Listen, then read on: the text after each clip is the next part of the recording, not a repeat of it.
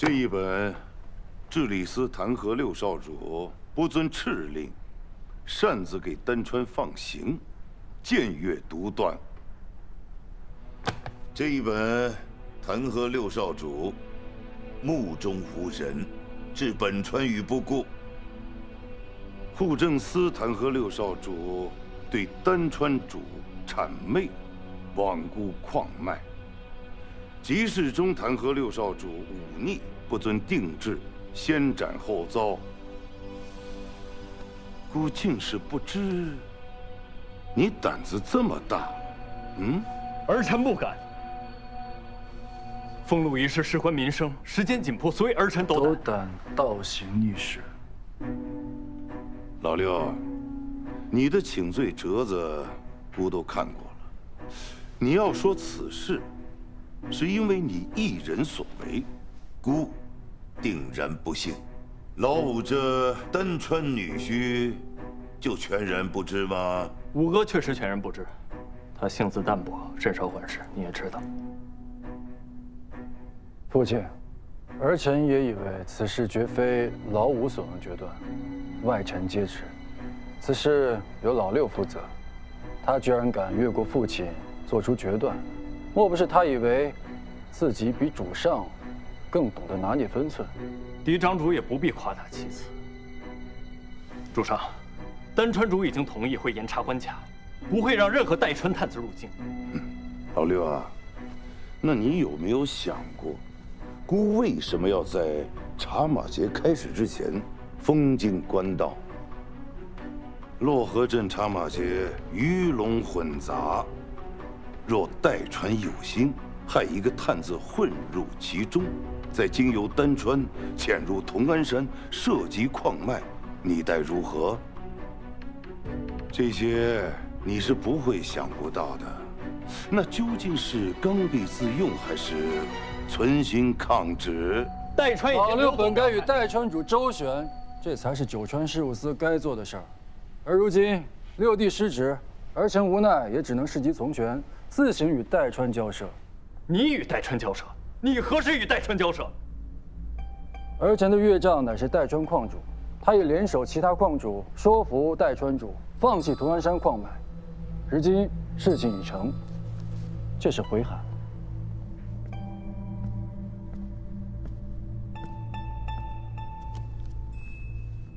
看来代川主早就已经想明白了，同安山是我川领地，他们不该觊觎。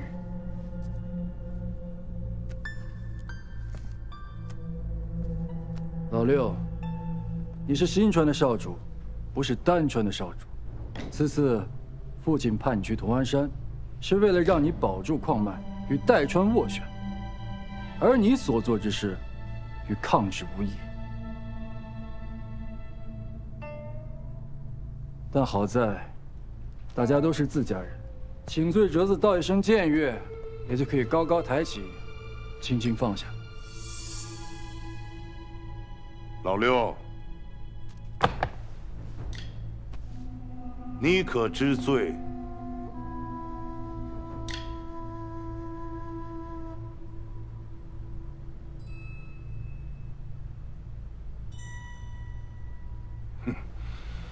僭越之罪，等撤职查办，罪责另行处置。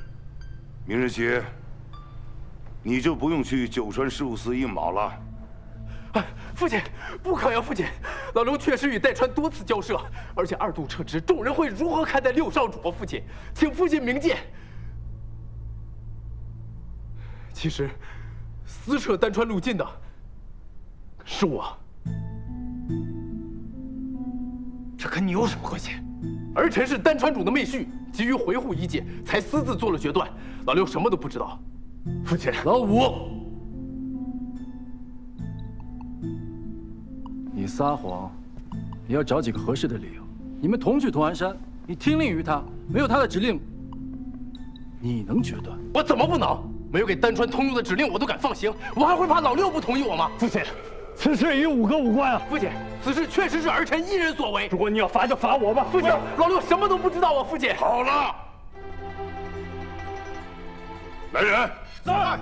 将五少主、六少主拖出去杖20，关入监室。是。父亲，你要罚就罚我一个人吧，老六什么都不知道啊！父亲，父亲，老六真的不知道，父亲，父亲，父亲。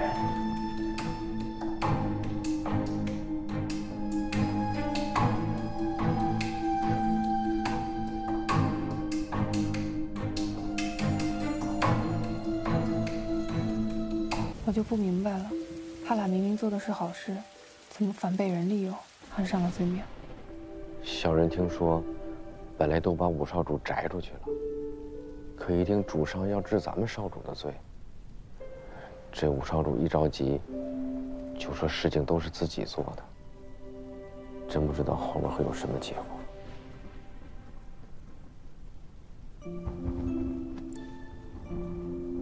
上官，你先回家，给丹川主写封信，让他千万不要上书求情。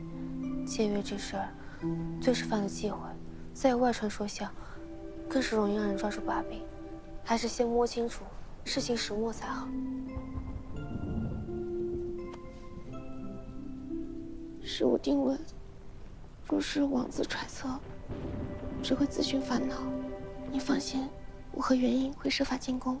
求何夫人和陈夫人帮忙的，啊！多谢你妈。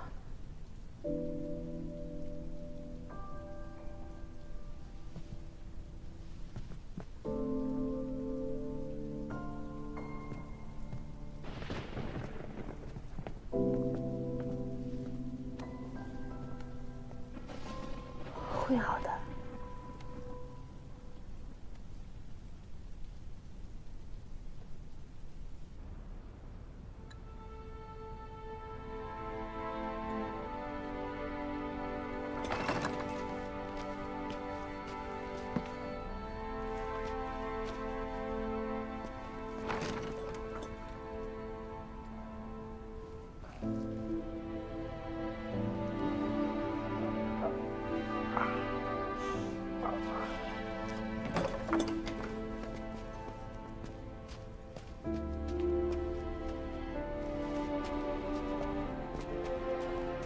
六少主，主上啊本就不想把您关起来的，眼下把您放出来了，这个你一会儿就服个软，这事儿就过去了。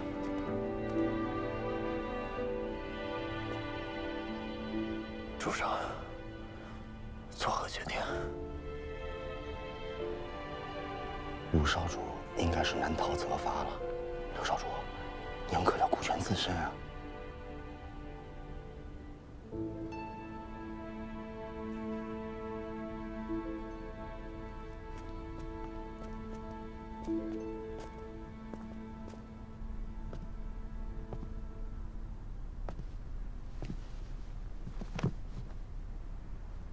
参见主上。知错了吗？臣逾矩奉行，先斩后奏，理应按律处理。主上若是要废我，我绝无怨言。但父亲能不能放了5个，此事与他无关。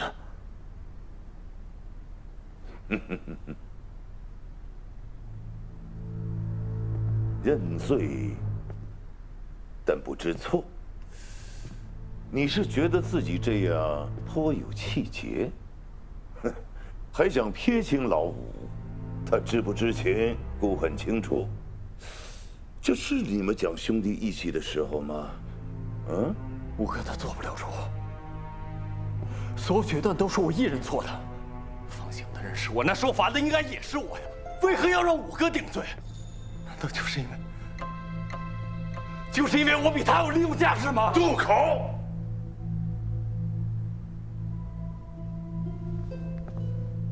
你是就这么想自己的父亲？姑可真是待你不薄。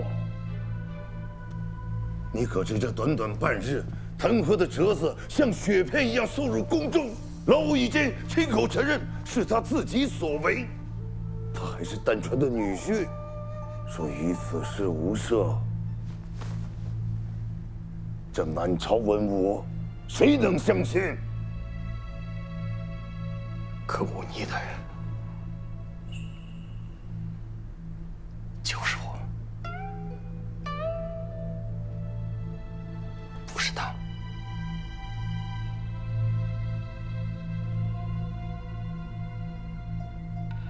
你是在逼迫姑吗？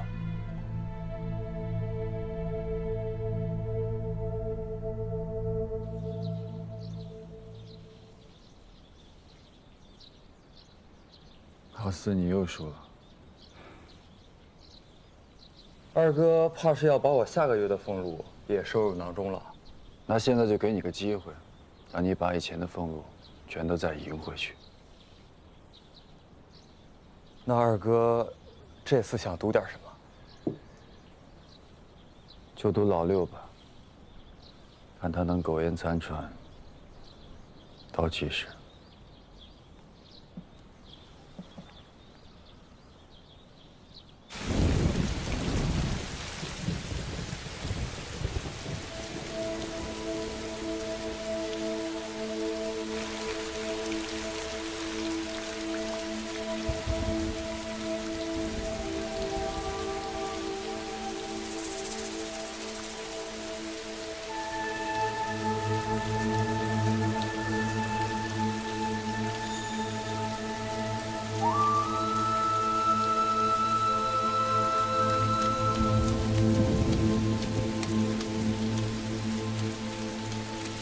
哎呀，六少主啊，你这脾气真是……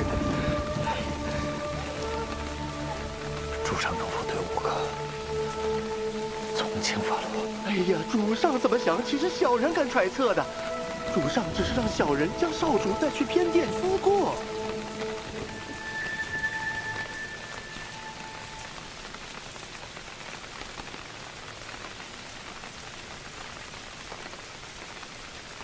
那麻烦主官帮我带句话给主上。玉镯成妻，但以此为妻，不以为人，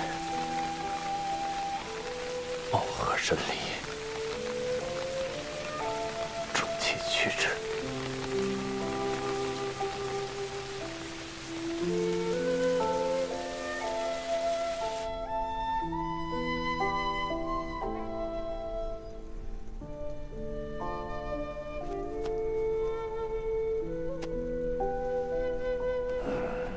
主上，六少主实在不该说这样的话。主上想用他击一击嫡长主，这也是为兄弟者分内的。他呀，就是担心五少主有点昏了头。他一早便知孤用他压着老二，自愿为孤的剑刃，如今却又说孤把儿子们都当成工具，迟早儿子也要舍弃孤。主上，六少主他只是……行了，哎呀，他现在是脑热，为了一点情谊，分寸都顾不上了。是。主上，那五少主会如何处置呀？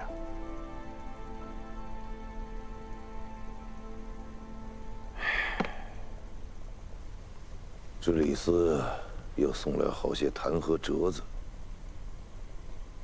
终归要有个交代。僭越的罪行，老六万万担不起。可老五，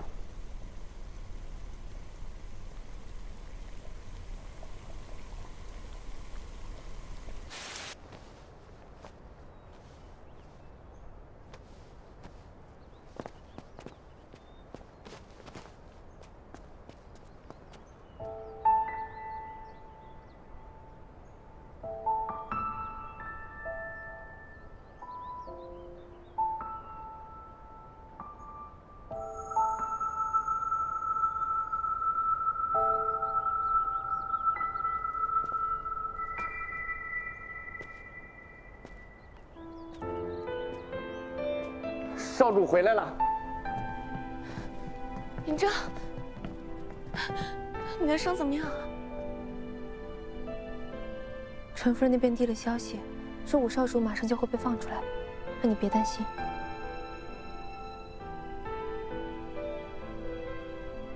废除的指令，应该很快就会下来。酒楼停业，咱们的女子商铺也会被迫关闭。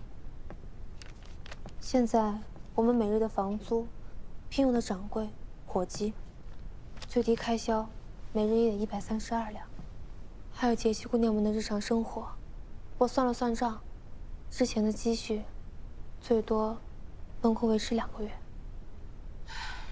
从明天开始，我们大家清一清库存，把东西都降价出售，能多换点钱。要做好短期内不能再开张的准备了。明日玉屏玉展也会来帮忙的。我也和你们一起。少主出面，恐怕是不妥。都是受我牵连，我不能坐视不管。只要有什么我能做的，我也想尽一份力。你不要内疚了，这不能全怪你。我们有福同享，有难也得同当。只要我们在一起，所有问题都可以解决的。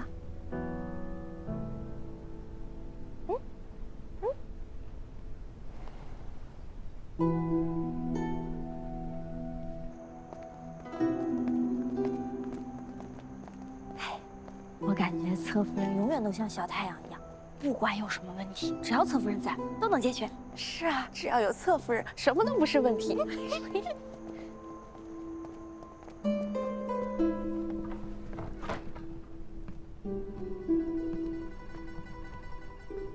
侧夫人，我们明天什么时辰去酒楼啊？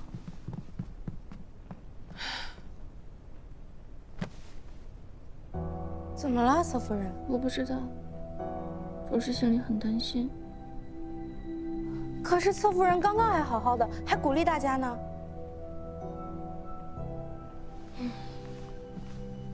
如果大家都这么沮丧着，没有一个人鼓劲儿，那才是真的垮。原来侧夫人嘴上说着不害怕，其实都在心里憋着的。希望这次也能顺利度过。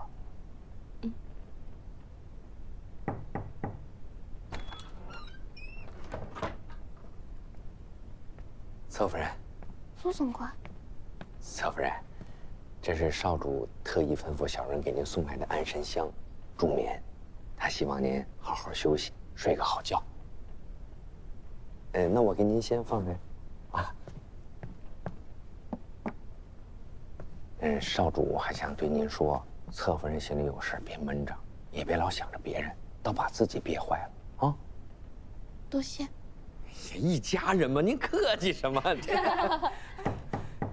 侧夫人，柳大厨，侧夫人，正是吃青团的时节，这是夫人让我们给您做的。还有，夫人特地为您改了规矩，以后都准许我们吃宵夜了。真的呀？真的？太好了！哎呀，侧夫人肯定最喜欢了呀！侧夫人，你快尝一个呀！快尝尝。小心！哎，别烫着。怎么样？好吃。你也尝。那我来一个，再来一个。妈妈，谢谢侧夫人。好吃啊，刘大叔。甜。还是少主和郡主懂侧夫人。那可不。侧夫人，别担心了，只要大家在一起，什么困难都能过去。什么困难都能过去。哎，以后能吃宵夜了。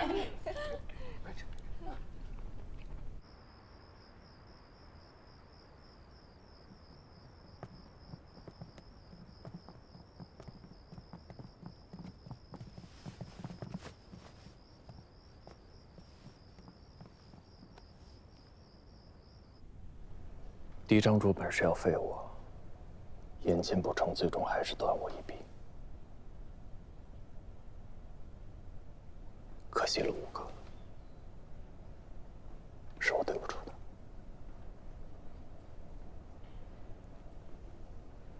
行到水穷处，坐看云起时。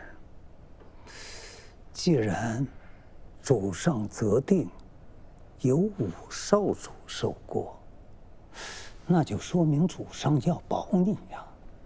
少主才是那不可或缺的一臂。武少主为了保你，甘负罪责，少主不可辜负。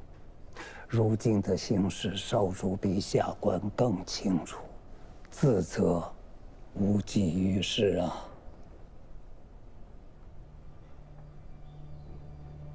既然二少主想和我斗，那我就让他自食其果。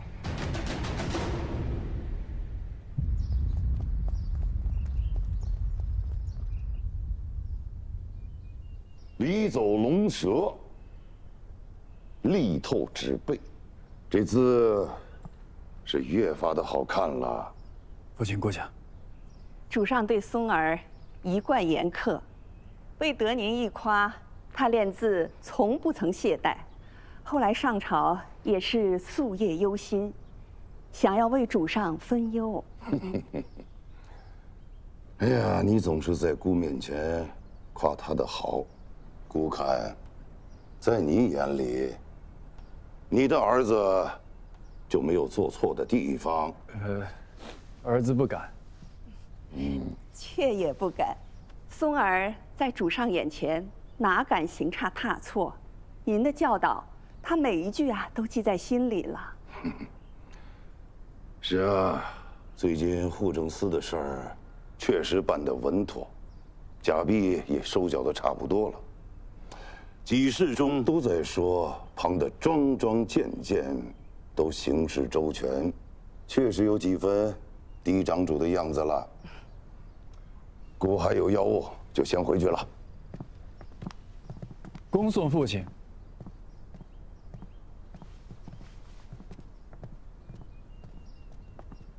再也不提让你几个弟弟接管九川事务司的事儿了，就由部员们自己管吧。父亲是明主，都是那些庶出的心生妄念。哼，父亲跟我说过的，说将他们安插在我身边，是为了激励我。你的人消息不会错吗？陈曦真的潜回新川了？他应该是还有些事情和嫡长主未了。嫡长主，嫡长主，三哥怕了？不是，你尚在停止，是在私自查案，本就逾矩。这陈曦又牵扯出了二哥，事关重大，没人希望你一查到底的。所以我把三哥叫来，就是希望你能把自己撇清。但我不这么说，你也会这么做吗？你什么时候来胡闹？我跟你说正事儿啊！你我都知道，老二他不敢主导贾碧一事，他只是想从中获利罢了。可他后来知道陈曦干了些什么，为时已晚，他已经上了贼船，你就不能把这案子接在陈曦身上吗？我不想看到你最后和老五是一个下场。多谢三哥优先，但嫡长主应该为自己做过的事情负责。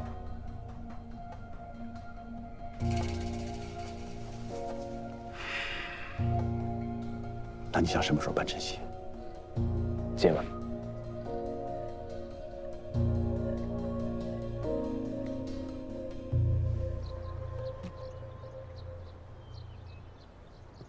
来了。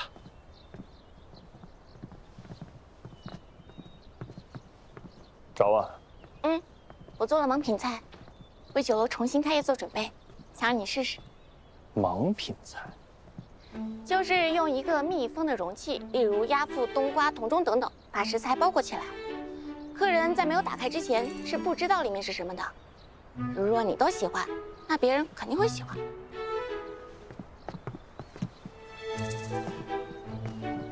烟春冬瓜，配上金川海鲜，清爽可口。我真是个天才。可我不怎么吃海鲜，不如你找郡主，让他帮你。郡主说要节制，拒绝得很果断，所以才找我。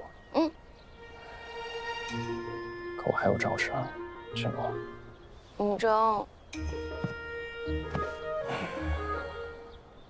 好。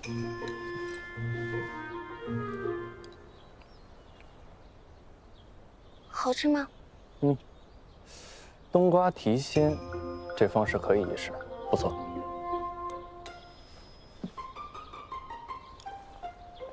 那现在是不是没那么紧张了？你晚上有大事儿，我怕你紧张，所以打个岔。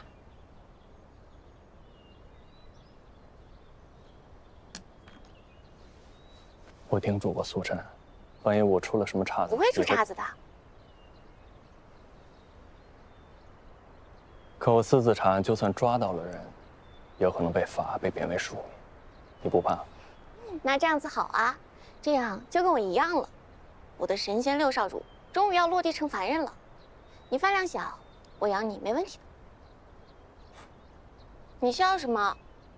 我家中也是有1亩3分地的，还有鸡、鸭、牛、羊、驴，院子里还有一棵桂花树呢。到了秋天可以酿酒喝。不过你可不能白吃，得干活。好，听你的。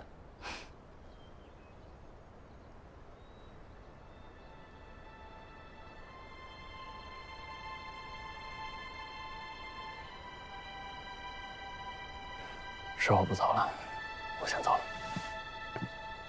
这么大个冬瓜粥，我一人吃不完。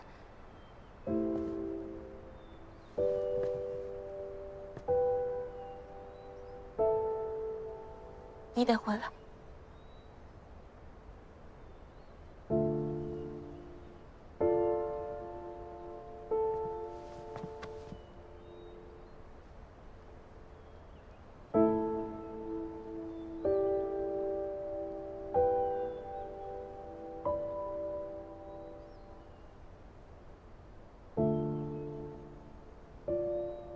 我在家等你。好。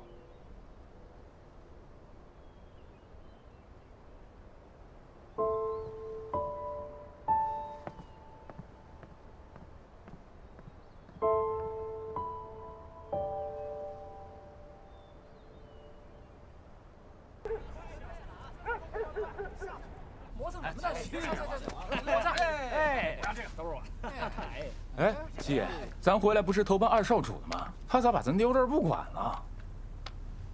嫡长主也是你能编排的，只要咱们对二少主尽忠，他自会许我等前程。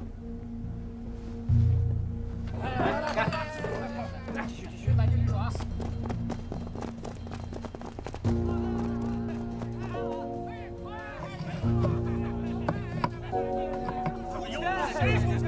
你手往哪搁着也得看着你。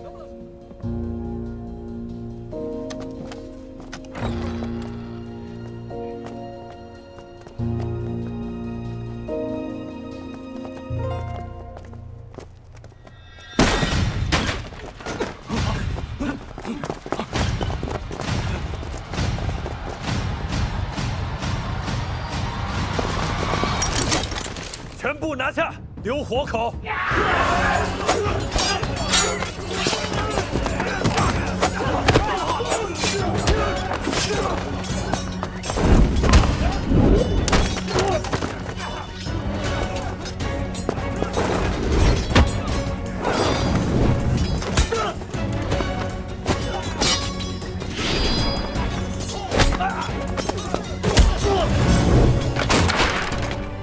来人，带去行训。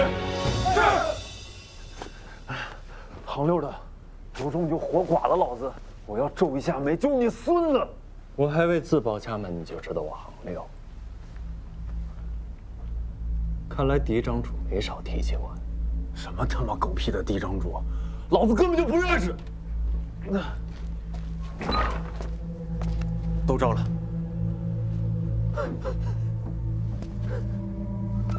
傻他娘的炸老子！他们手里什么都没有，也指证不了谁。倒是你们用了私刑就是屈打成招，按照星川的刑律，口供就不得作数，是吗？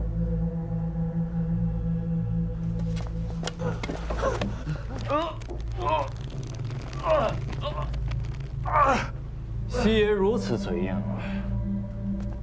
看来我二哥许了你极好的前程，但像你这样的亡命之徒，不可能任凭我二哥摆布。你一定留了他的把柄吧？他给你写了文书。刘少主，你想象力也太丰富了，什么他妈狗屁文书，老子根本都没有。你不说，我可以一处处的查。你进城以后，我就派人跟踪你。你先去了驿站，然后去了酒楼，再是去了茶肆、当铺。你又不缺少银两，你为何要去讨洞？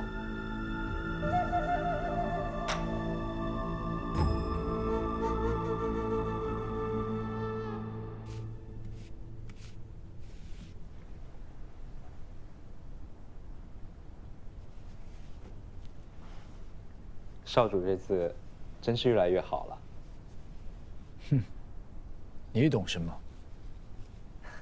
小的不懂，但小的知道，少主从小写字写久了就会酸痛难忍，所以还是请您多听太医的，得空啊，就热敷着。父亲啊，他一直说我是兄弟里边写字写得最好的，但唯有勤写、苦练，才能让他老人家满意。这幅字已经写好了，你去把它裱起来。明日我拿它给老父亲去瞧瞧。是。少主。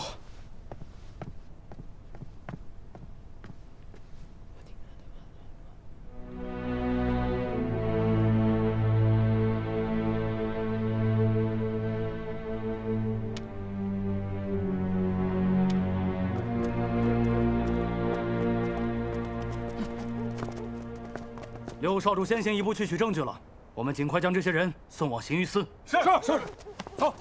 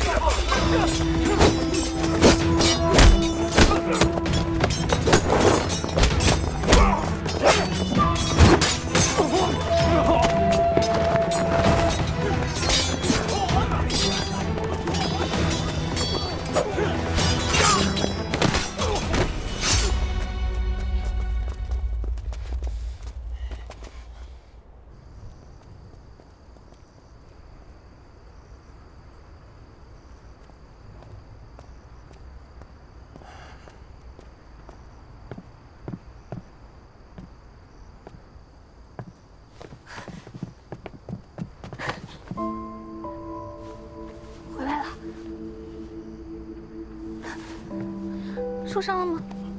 我没事。事情还顺利吗？证据找到了。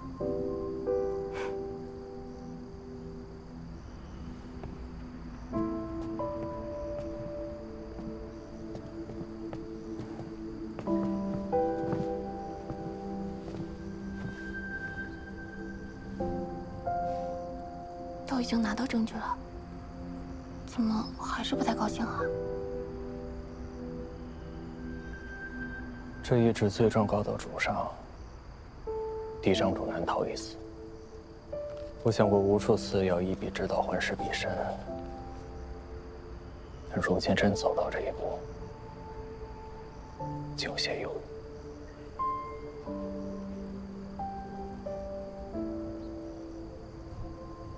我们乡下地就放苹果，一筐苹果里，如果有一个烂掉了，那其余的都会烂掉，所以没办法，就只有将那个烂的挑出来。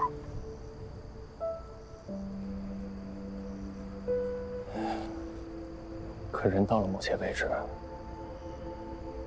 终究会身不由己。我怕我也会变成那样。你不会的，你本性就不是个坏人。但如果真的有一天，你真的在某件事情上犯了错，那我也不会离开你，我会打你、骂你，把你打醒、骂醒。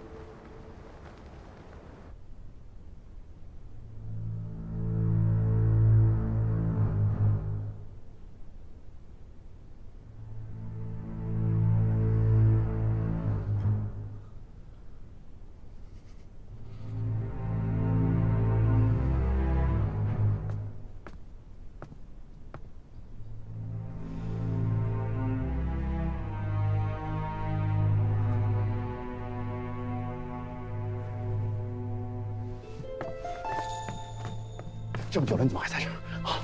你给我起来！我说话你不听了是不是？你跟尔克交心，以后兄弟间怎么自处？父亲，让父亲怎么看你呢？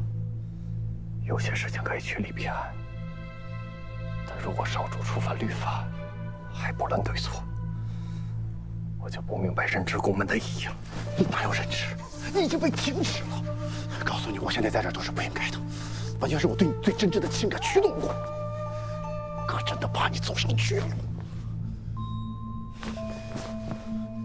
你这是在浮上泥里。三哥，我不是意气用事。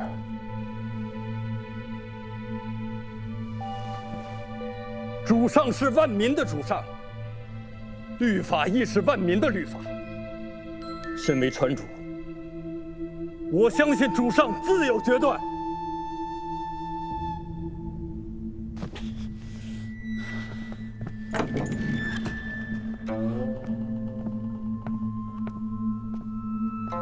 六少主，请。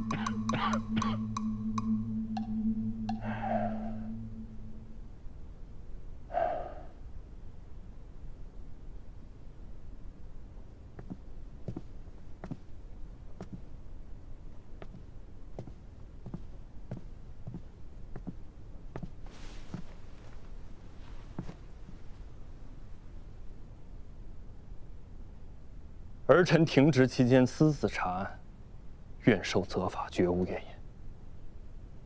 但假币案已水落石出，还请主上决断。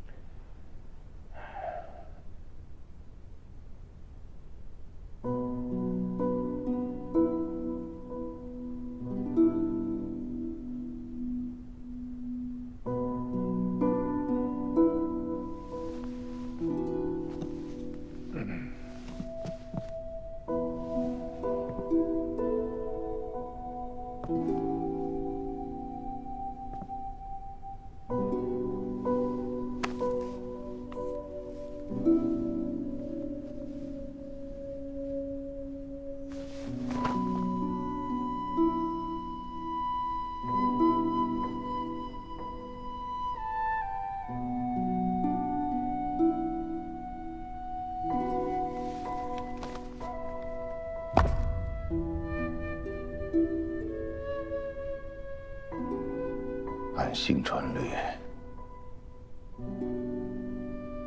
你二哥当初极刑。少主犯法，与庶民同罪。但刑律第236条，若少主犯错，向天下呈谢罪书，流放边境，可抵死罪。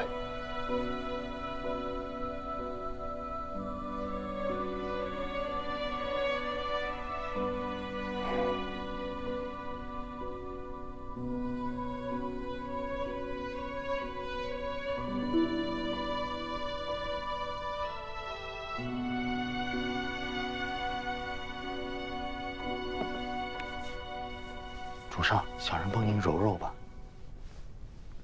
头风是顾忌，不下猛药，就只是延缓罢了。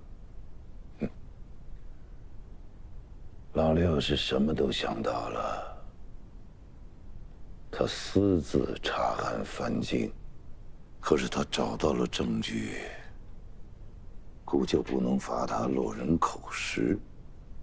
连对老二的处置，他都替姑做了决定，将老二流放到苦寒之地，就可以免他的死罪。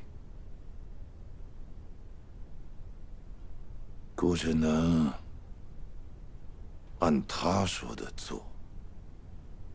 主上，六少主这么做，不全是为了自己。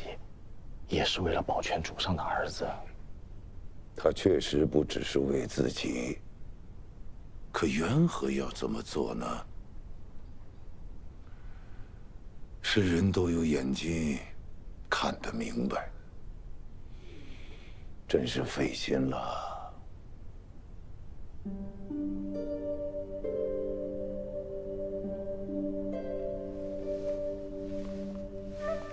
老二的字是姑手把手教的，他现在写的是越发好了，字中有君子如风，但人却没有。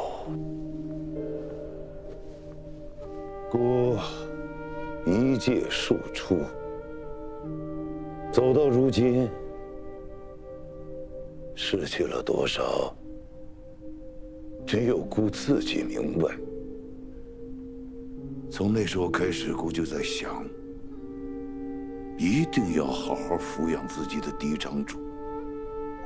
他既为嫡长，就不会再经历姑从前经历过的一切。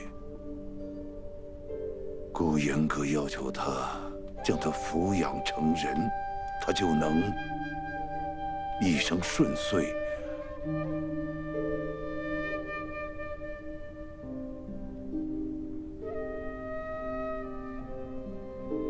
可终究，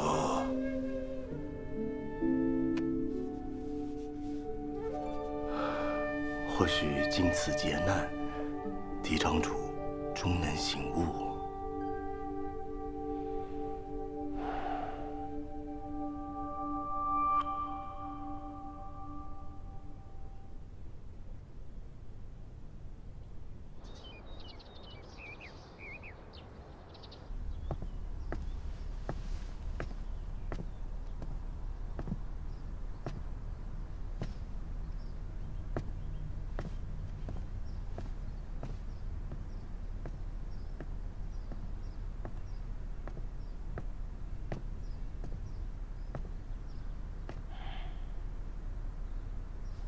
儿子给父亲请安。过来。父亲今日好有兴致，竟邀儿子到从前受教的地方来了。你的这幅字，让姑想起了从前的事儿，就把他带了过来。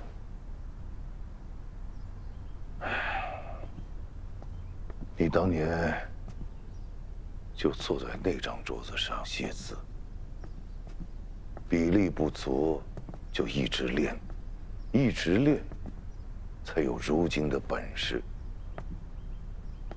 儿子的第一笔字是父亲手把着写的。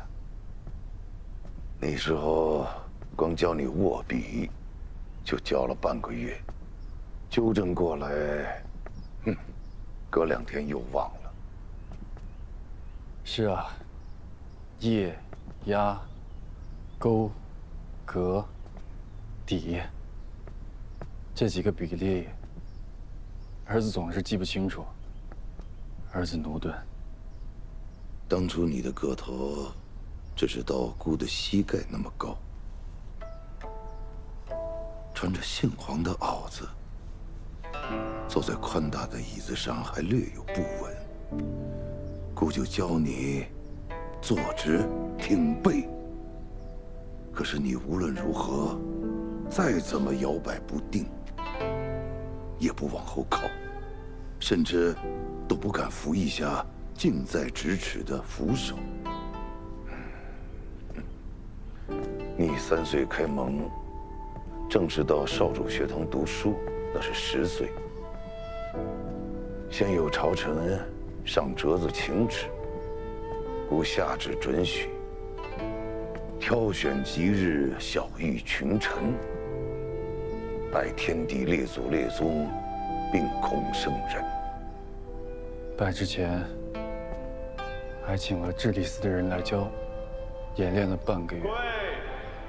可结果到了那天，却根本就不记得都拜了哪些圣人。那天，姑狠狠地骂了你一顿。是。父亲责罚完儿子，却屏退旁人，摸着我的头，对我说：“姑知道你害怕，姑也害怕。”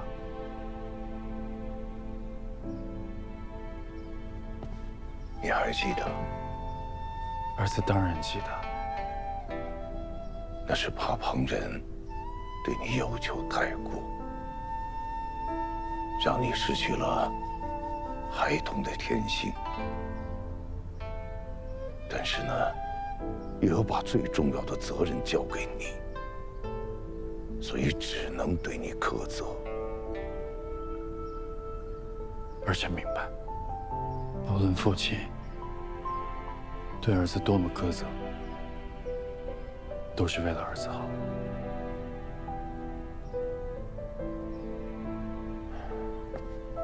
李红颜，你都这么大了，你入学那日还仿如昨日。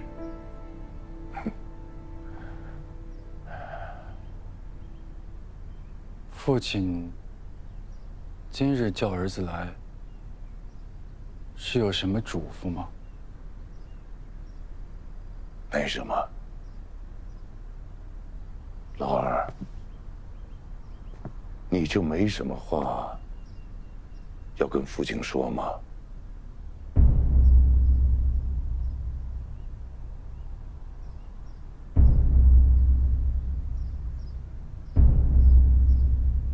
父亲日理万机，儿子祝父亲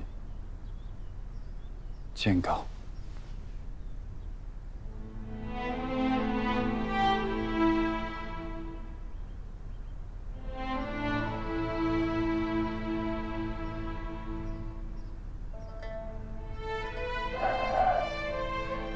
姑今日乏了，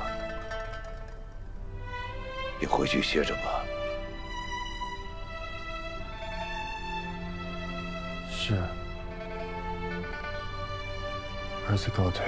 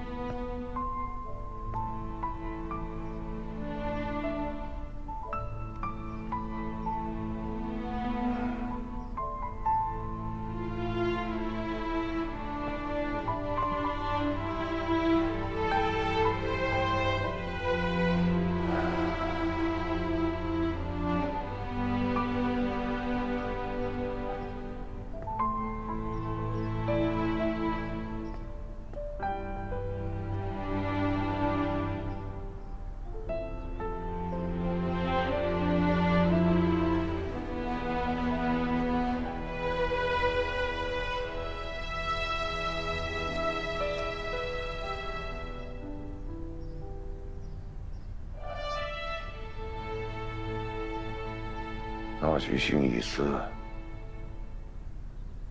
让他们按上面说的办吧。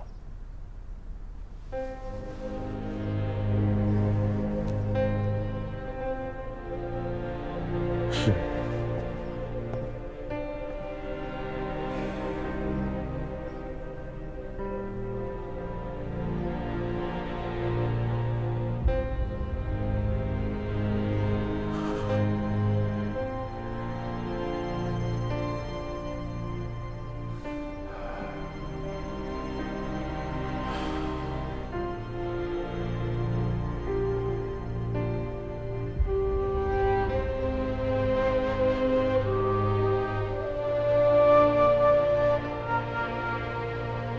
父亲，父亲，父亲，父亲，我要见父亲！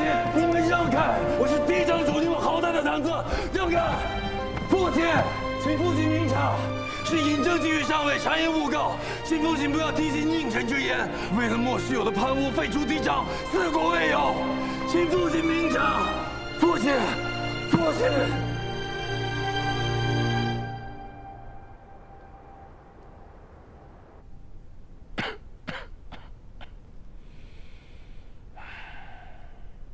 父亲是早就想废了我吧？嫡长主行之有亏，一律罢黜。日后去偏地好好反思吧。父亲约我去学堂那天，就已经决定了吧？既然已经想好了，怎么连当面告知儿子都不敢？父亲就如此心虚吗？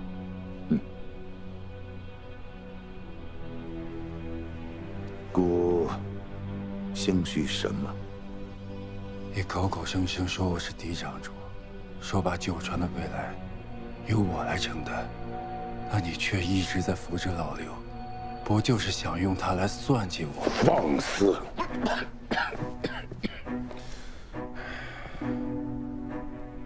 你从前经常犯禁，姑都放过了。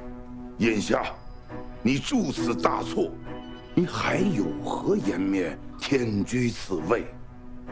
事到如今，还在说兄弟算计，你才是那个最能算计的人，德不配位。姑只后悔没能早点废掉你。我算计兄弟，我德不配位。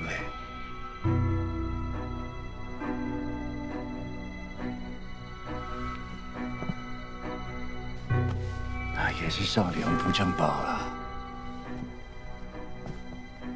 一个做父亲的，可有一时没有算计过自己的儿子？你认我为嫡长主，可有一时信任过我？几个兄弟里边寻嘛，总算有个老六可以提携了。怎么，想用他逼我奋进，还是做我的备用啊？前门拒虎，后门引狼，说什么上朝历练，做的不好要罚，做的好要忌惮，这算哪门子的父亲啊？你但凡有一分的廉耻，父亲，即便是心术，儿子也以为只不过是高处不胜寒的无奈罢了。毕竟你是父亲，你允给我和母亲的未来，总不会虚言吧？到底是我狂妄了，但父亲，儿子有一分的错，父亲要担上10分的责任。大少主别说了，拖下去！你根本不配做一个父亲，你不配，都是你逼我的，是你逼我的。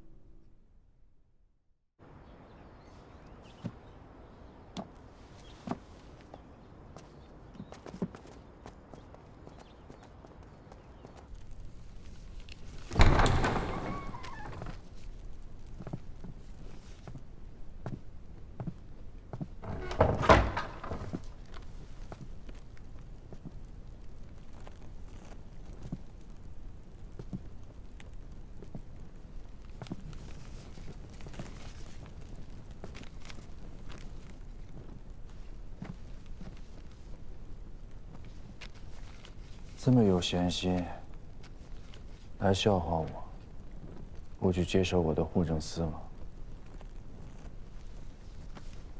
护政司本来就不是你的，是天下万民的。不用再跟我说这些冠冕堂皇的话了。你几次僭越查收我护政司的事儿，在下边广交下旨。你当真以为我不知道你想干什么？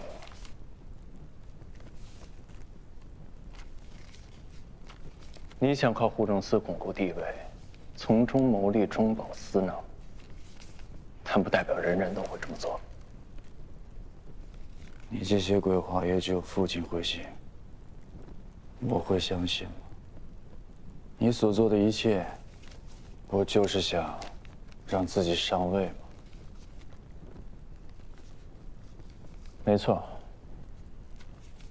在其位方能谋其政，尽其责。我自知会做得更好，为何要屈居于杜仲之下？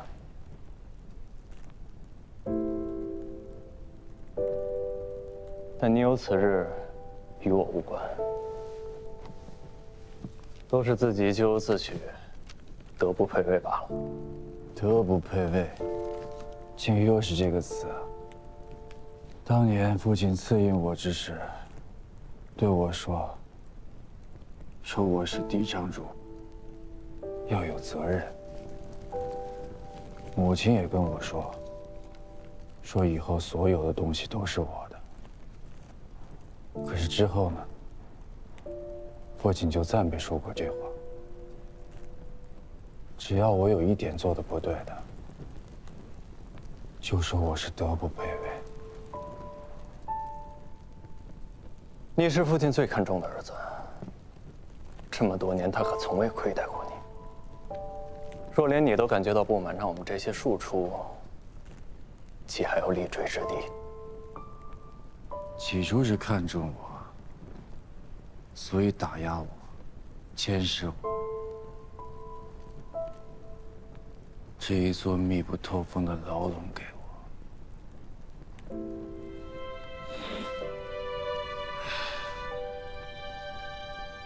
你以为只有你辛苦了？我生下来就是嫡长主，每个人都要我扛起九传。我要学所有我不想做的事儿，但是父亲永远不会满意。这么多年，我从未得过一息安静。有这么多兄弟，哪天你们超过我了，或者更得父亲赏识，我该怎么办？我坐立不稳，总是在害怕，会不会让父亲失望？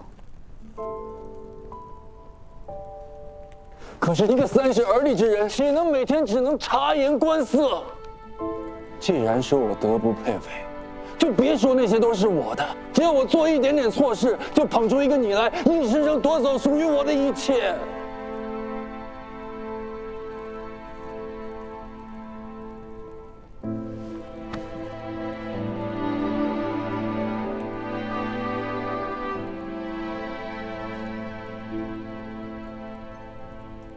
不过我也告诉你，在这禁宫之中，只要你得逞片刻欢愉，就会有永世不灭的悲哀。你呀，终归会落得跟我一样的下场。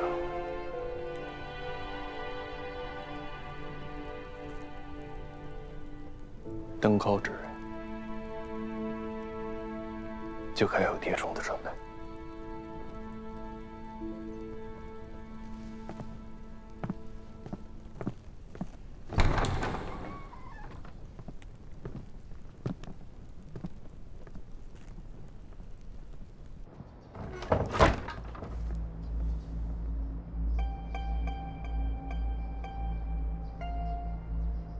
主上赐酒给二少主。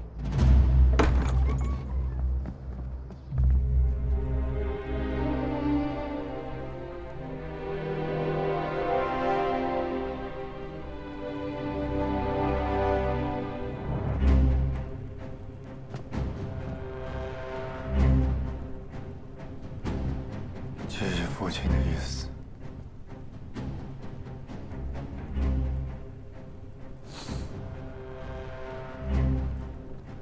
那就这么办吧。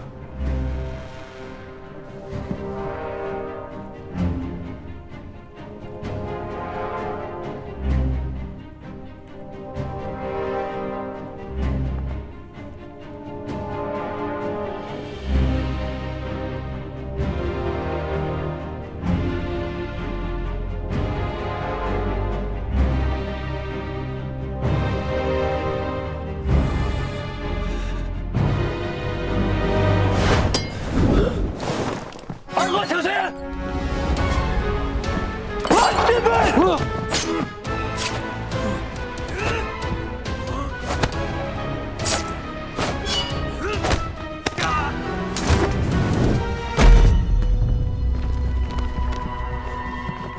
陈曦，老子没有卖你，你为何要灭老子的口？要不是因为你，老子不可能一无所有，老子做鬼都不会放过你。叫太医！二哥，二哥，叫太医，快啊！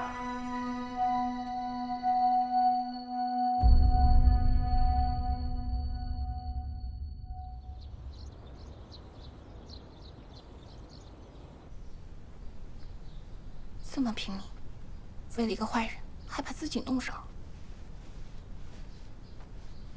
不是你想，我去看他，结果他死了，那麻烦不还是我？明明是自己心软，现在知道疼了。少主，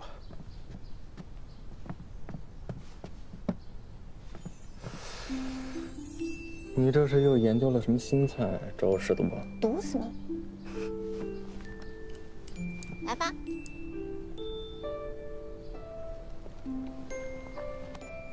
好吃吗？不错。这个虽然是简单的小粥豆腐，但这个豆腐有4种口味：招牌混合、经典烟熏、柠檬胡椒和豉油大蒜。这4种口味的酱料都是侧夫人亲手为您调制的。谢谢。不用谢。少主，少主，少主，侧夫人，主上亲自来看您了，我们先回避一下吧。是。侧夫人，在。哎呀，快！新川主到。父亲。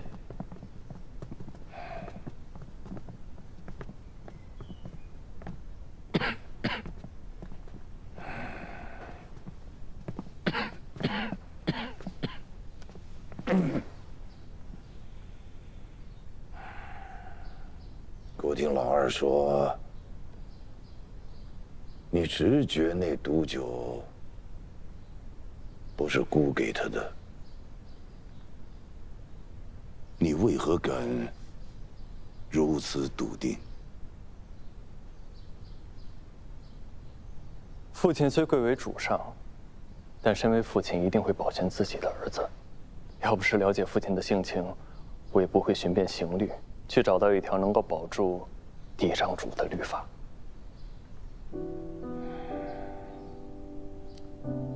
没想到你竟然是这么想的。父亲，无碍，都是小毛病。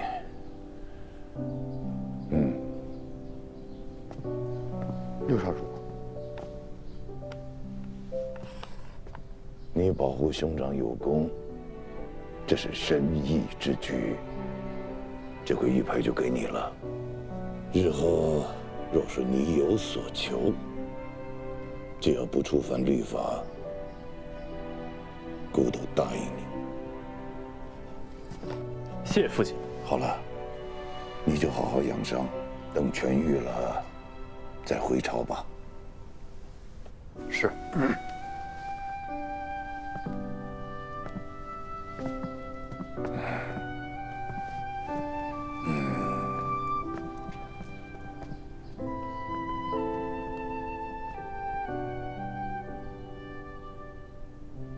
六少主不日回朝，相信咱们的酒楼也能马上重新开张。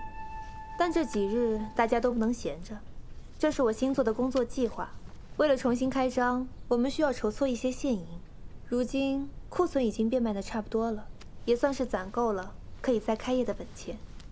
辛苦你了，元英。我这儿也有一份工作计划，是关于菜品的，请大家多多指教。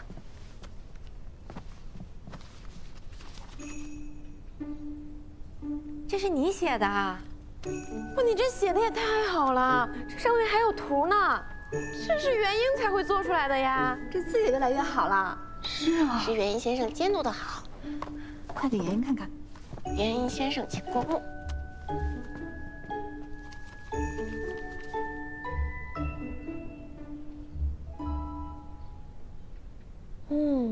可行性很高嘛。如果大家没有异议的话，就照着做吧。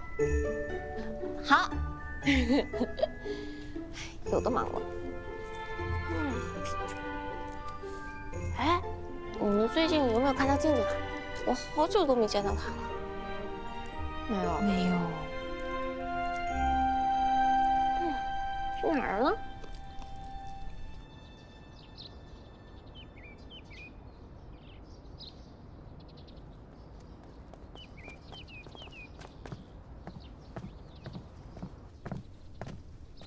椅子我们要搬走。